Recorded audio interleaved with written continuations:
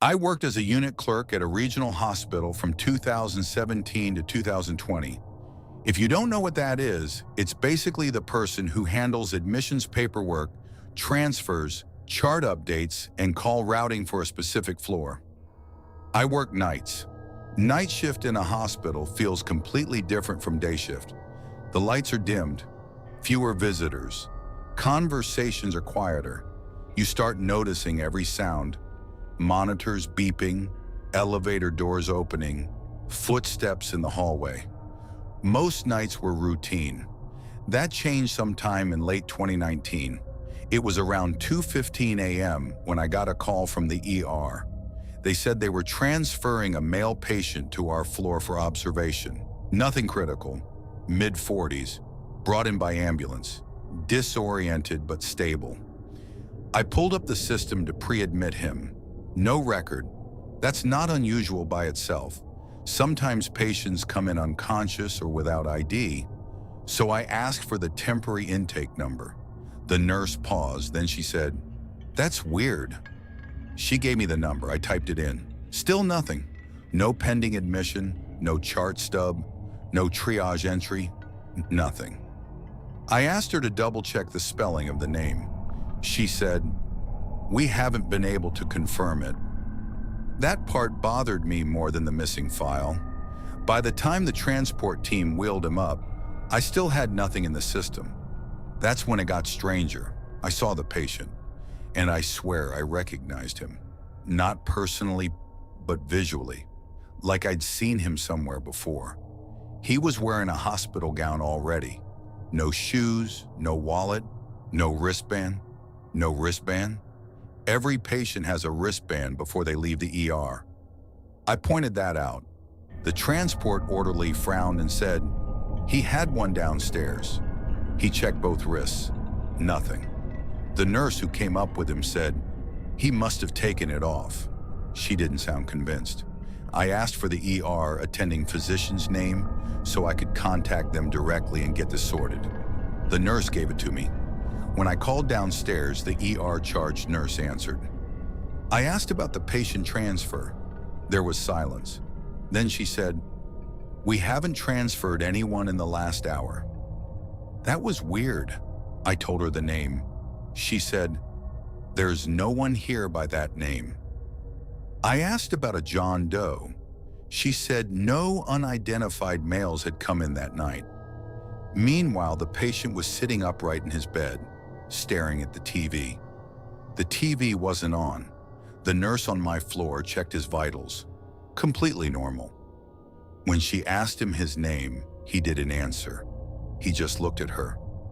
Not confused, not scared.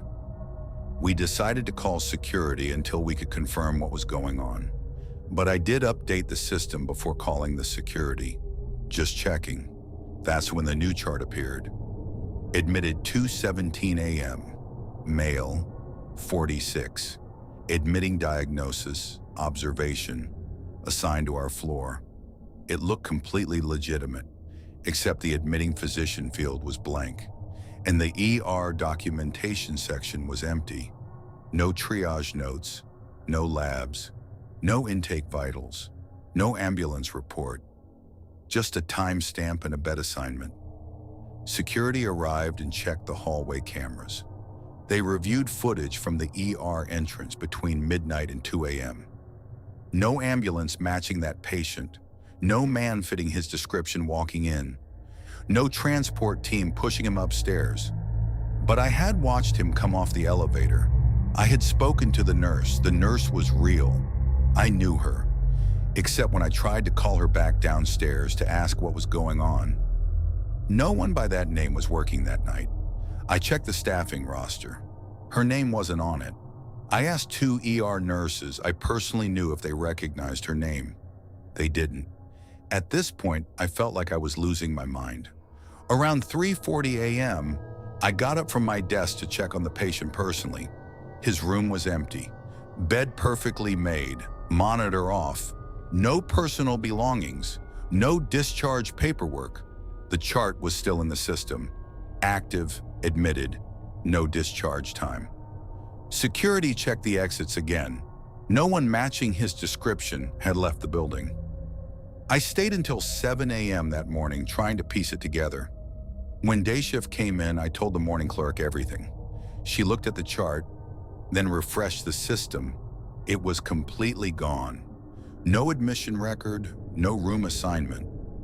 I went down to medical records later that week to ask if system errors like that were possible. They said charts can't generate without an originating department, and they can't vanish without a discharge or deletion log. There was no deletion log. I worked there for another 8 months.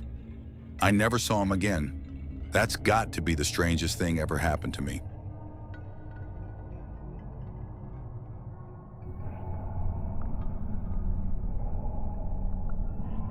From 2018 to 2021, I worked overnight security at a mid-sized private hospital. Not the kind with trauma helicopters landing every hour, just a standard regional facility with an ER, surgical wing, maternity floor, and a small behavioral health unit. Night shift security was mostly boring. You monitor cameras, do badge checks, respond to occasional drunk ER visitors. The hospital technically closed certain wings overnight if no patients were assigned there. That included an older post-op recovery hall on the 3rd floor. It had been renovated halfway, then funding stalled. So half the hall was active rooms, the other half sealed off and unused. At least that's what we were told. Every night around 1 a.m., I'd do a routine camera sweep, just cycling through feeds, parking lot, ER entrance, ICU hallway, elevators, then 3rd floor. Most of the time, the inactive side was dark. One night, though, I noticed a light on. Room 312. That room was on the closed side. At first, I assumed maintenance forgot to shut it off. It happens. So I zoomed in, the door was slightly open, and I could see someone sitting on the bed. My first thought was that a patient got moved there temporarily, but that made no sense. Those rooms weren't stocked, cleaned, or monitored. I checked the bed management system. Room 312, not in service, no patient assigned. I called the 3rd floor nurse station. Hey, quick question. Do you have anyone in 312? There was a pause. 312 isn't open, the nurse said. I'm looking at someone sitting on the bed. Silence. She said she'd walk down and check. I kept the camera up while she approached. You could see her enter the hallway from the active side. She stopped at the fire doors that separate the active and inactive wings. They were closed. She unlocked them with her badge and stepped through. As she got closer to 312, I watched the screen carefully. The door to 312 was now closed. She knocked. No response. She opened it. The room was empty. The bed was stripped. No sheets, no pillow. She turned and looked directly up at the camera. Nothing here, she said into her phone. I rewound the footage. 5 minutes earlier, you could clearly see a person sitting there. Back straight, hands resting on their knees, completely still. I saved the clip. The next night I checked 312 first thing. Dark, nothing. 2 nights later, it happened again. Same room, light on. Door slightly open, someone inside. This time they weren't sitting. They were standing by the window, just standing there. The lights in that room are motion activated. They shouldn't turn on unless someone physically walks inside. I called the nurse again. Different nurse this time. She wasn't amused. Stop messing around, she said. Nobody's up there. I'm not messing around, I told her. She and another nurse went together this time. Same thing. Door closed when they reached it. Empty room, but this time something changed. When they walked out, one of the nurses called me back. The bed's not stripped, she said quietly. It's made. That's not possible, I said. They don't stock that room. Well, she said, it's made now. The next morning, facilities filed a complaint saying security was entering closed rooms. We weren't. We didn't have access to that wing without a facilities escort. After the third incident, I pulled all 3 clips and showed my supervisor. He just stared at the screen. He didn't accuse me of editing anything. In each clip, the shape never moved much. Never paced, never lay down, never used the door. Watching the hallway, we escalated it to administration. The following week, they disabled the camera in that hallway for maintenance. It never came back online. Room 312 was officially listed as under renovation and physically boarded from the inside. About a month later, one of the older nurses told me something I hadn't known. Years before I started, that inactive wing had been used for long-term palliative patients. People who didn't have family, didn't have visitors, and often stayed for months before passing. Room 312 had been occupied the longest by a man who refused discharge to hospice. He insisted he wasn't leaving the hospital, said it was the only place that felt correct. He died overnight, alone. They found him sitting upright in the bed, back straight, hands on his knees. I don't work there anymore, but I still have those clips saved on an old external drive. I've never shown them to anyone outside that job. I don't believe in ghosts, but I had no idea what that was. I worked as a surgical floor nurse for almost 3 years at a mid-sized hospital. Nothing fancy, just general post-op recovery, older patients, hernia repairs, appendectomies, bowel resections, stuff like that. You see complications. That's normal. Not every surgery goes perfectly, but after a while you start recognizing what's normal and what isn't. About a year into my job, a new nurse joined our unit. I'll call him Sam. Sam was the kind of nurse management dreams about. Always early, never complained, picked up overtime constantly, covered other people's shifts without arguing. Patients liked him too. He had this calm, quiet personality, very soft-spoken, almost gentle. At first, I genuinely thought he was one of the good ones. Then I started noticing something strange. It wasn't obvious.